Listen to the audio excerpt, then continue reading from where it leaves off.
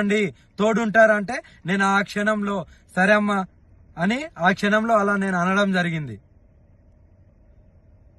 ఆమె ఊహకు వదిలేస్తున్నాను. రుజువులతోని మీడియా ముందుకు వచ్చి చెప్పు.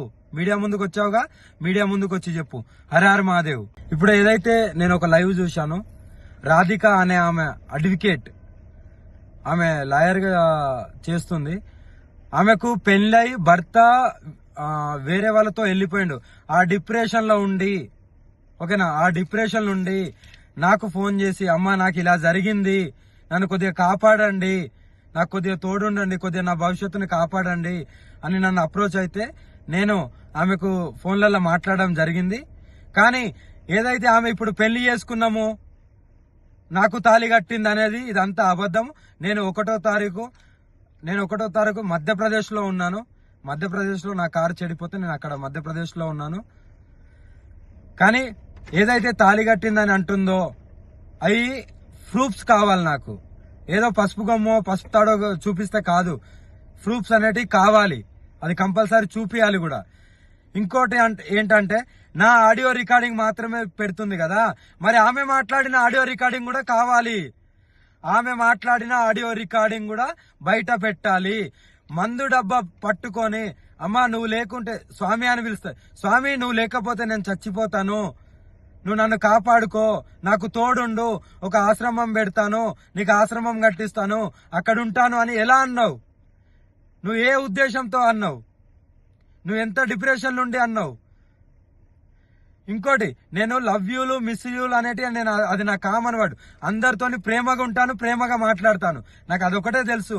ఎవరిని నేను ద్వేషించను, ఎవరితో నేను అలా ప్రవర్తించను. ఎందుకంటే ఎవరైనా సరే కష్టాలలో ఉండే బయటికి వస్తారు.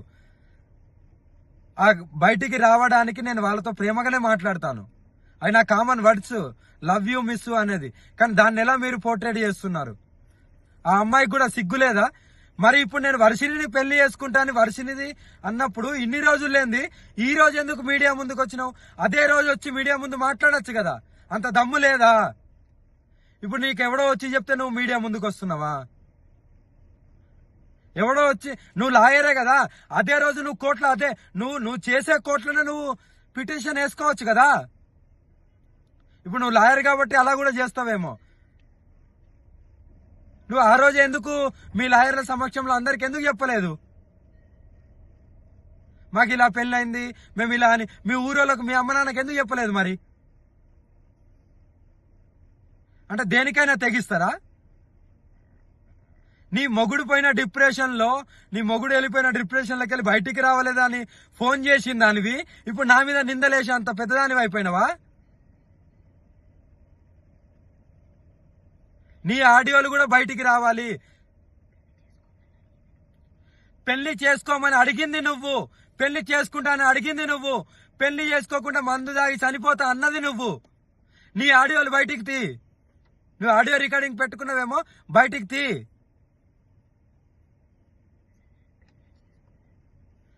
నేను పెళ్లి చేసుకునే దాన్ని అయితే అందరికి చెప్పుకుంటారు కదా, నువ్వు నాతో వస్తావు కదా. మరి నీ దగ్గరికి ఎప్పుడైనా వచ్చానా? నిన్ను కలిశానా? ఆ లాస్ట్ లో